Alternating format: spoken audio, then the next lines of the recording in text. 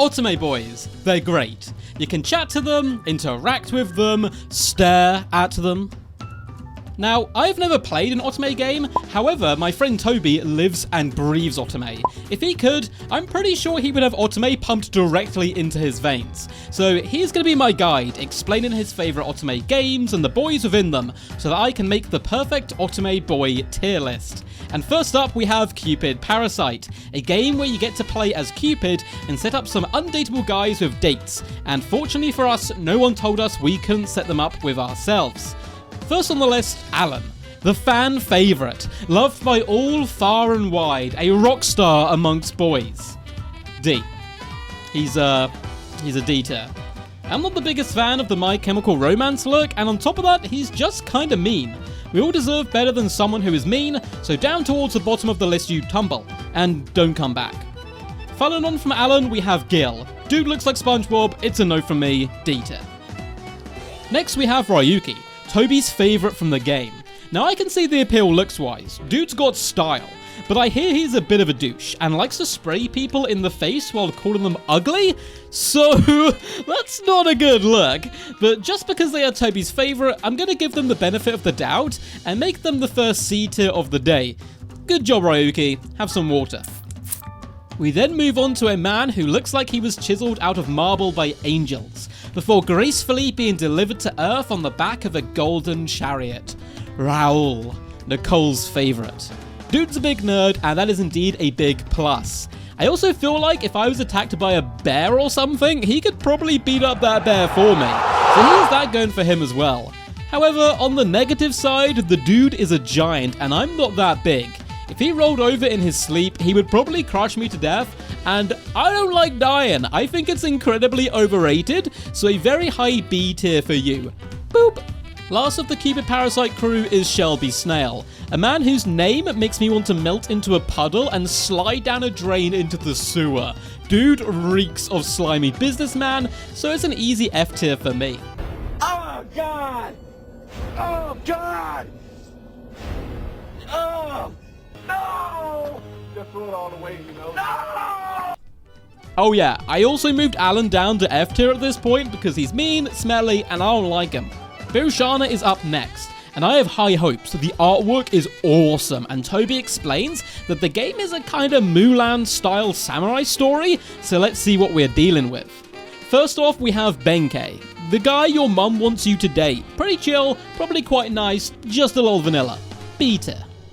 Noritsune, the rival. Awesome design, very attractive, is constantly trying to kill you, which is kinda hot. He's like the Lagatha of dudes. Easy A. Child.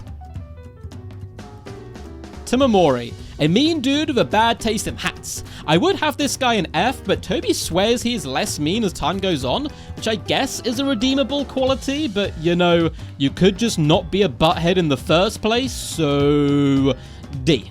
The final of the Bushana crew is Yoritoma, the distant, emotionless, mysterious type. I just don't have time for that. I'm bad enough with social cues as it is. I don't want to date someone where I'm forced to build a shrinkway so I can become tiny and climb up into their nose, into their brain, just so I can see their thoughts. I got D&D and stuff to do. We cool or what? Nothing super wrong with this guy, but nothing super great either. C tier. Pia Fiore, it's mafia time. Dante, the mob boss with a code of honor. So many green flags here. Attractive? Check. Honorable? Check. Can make my enemies suffer? Check. A sexy dude with an even sexier attitude. A tier. Now we have Gilbert, the sexy pirate of the mafia world. Everyone loves Gilbert. He's fun and kind, but also a badass at the same time. It's a rare combo, but one that works super well here. He seems like a kind of person who knows how to get things done, but makes it fun the whole time for himself and everyone around him. So, you know, Gilbert is going to be the first S-tier guy of the video. Next up, Nicola. He is a big problem. He is the right hand of Dante. Now, I'm sure if you put Nicola in a different game, maybe he would stand out more. But why sell for Nicola if you could be with Dante? Weakest of the Pia Fiore bunch, a D. Now we come to Orlok. Great design, super attractive, badass assassin. All things that I can get down with. He seems off the bat like an easy S tier. I like almost everything about him from what I have seen and Toby's descriptions. However, there is a drawback. Being an assassin for the church, he does seem to cross the line from religious dude to full-on religious fanatic, who would try and convert me every day, and for that, he's gonna lose a point, so a respectable A tier. Next we come to Yang, the man who makes you ask the question, am I willing to get brutally stabbed in my sleep just to date someone who is super, super, super hot? And I prefer not to answer that question. S tier. Amnesia next. Just a warning, not my favourite style off the bat, so this one could be rough for any Amnesia fans out there.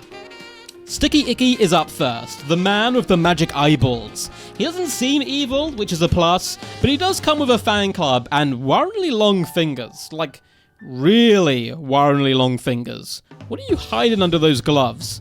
They're little worms, aren't they? Little worms, and Icky is a worm man, made up of 100 or even thousands of tiny worms looking to devour our body and society as a whole. Low C. Shin, for sure the best looking of the Amnesia bunch. He has a cool design and not many people can pull off the old-fashioned belts around the neck look, but he does it well. Toby's description of him was that he is rough around the edges, but not a bad dude. Just not that great either.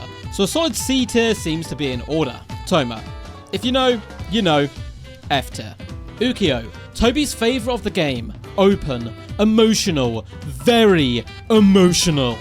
He seems like he's nice enough. I don't like the hat though, and the design just isn't for me, which is okay. More Ukyo for everyone else. Solid C tier. We now move on to Call X Malice, a story about the police and police people? I'm not gonna lie, I don't really know what's going on here. This was pretty late into the stream, and Toby had given up on explaining every game to me. Up first from the crew is this guy, Catman. Cat Doctor Man. Mean Cat Doctor Man. Ugh. F. Swiftly moving on, we have Mineo, cool eye patch, energetic, the impulsive badass with a heart of gold. Mineo is top tier. Pretty much everything about him is great. I don't understand how anyone could dislike him. Toby really sold me on him whilst describing him, as from his look, I thought he might be a bit of a bully, but nope, straight up good guy. Only downside is he's kind of a Gilbert Light, but still S tier, no doubt. Okazaki, everyone's favorite aloof, spacey, goofy dude. Design top tier. Just look at this guy. The hair, the swag, the cold, dead, soulless eyes that have seen too much darkness and revealed years of torment and depression. S tier. Sasazuka, bad. Donut, good.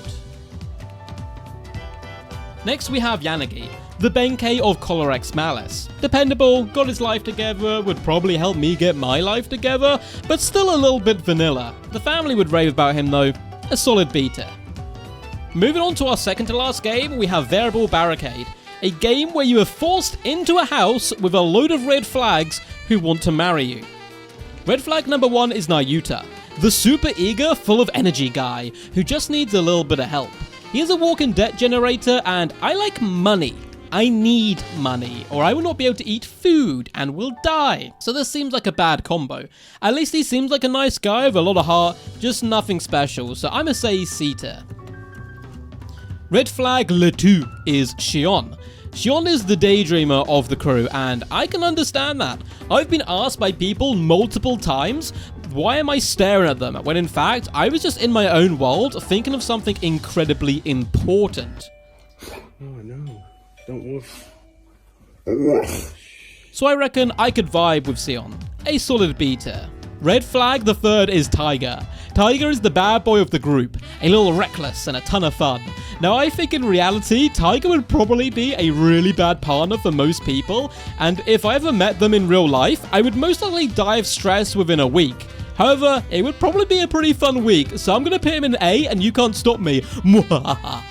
Coming up next, waving a giant red flag proudly, is Ichia. I don't like anything about Ichia.